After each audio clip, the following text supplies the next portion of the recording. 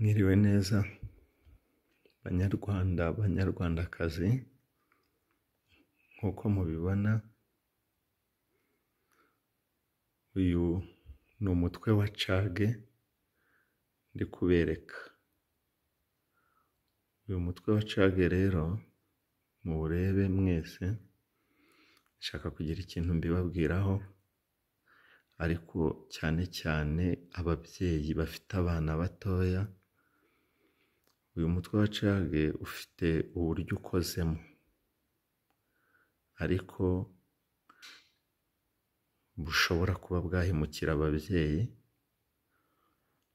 Ukoze mu ukuntu nk'uku nguku mureba ahangaha kuri utu tuntu mbereka, hari ukuntu ahangaha ukozemo nabi ufunguka, mu gihe umwana ashobora kuwukurura icometse. Murabibona yuko iyo tuyicomeka gutya, ni gutya. Igihe icometse rero, nko ku bana bato hari ukuntu umuntu ayikurura ugasanga havuyeho kino cyonyine, ugasanga muri purize hasigayeho utu twuma nk'uko mutureba gutya. Igihe dusigayeho rero kandi icometse itya, umwana igihe cyose yakora kuri kamwe, umuriro ushobora kumufata ariko ukamurekura, ariko ukamukubita.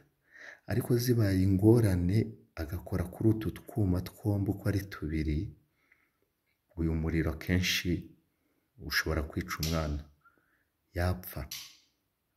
Ubwo rero nkaba mbiberetse kugira ngo aya macage mujye muyitondera, muyarinde abana, kuko ntaba afunze neza. Njyewe ubu ngubu bibabwira nuko maze kubibonaho.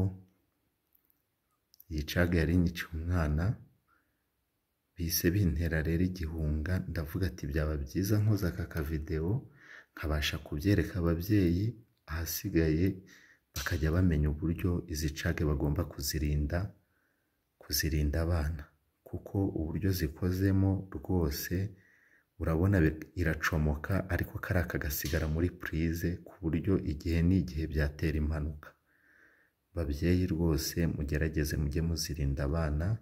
Murakoze, kandi Imana ikomeze ibarindire abana.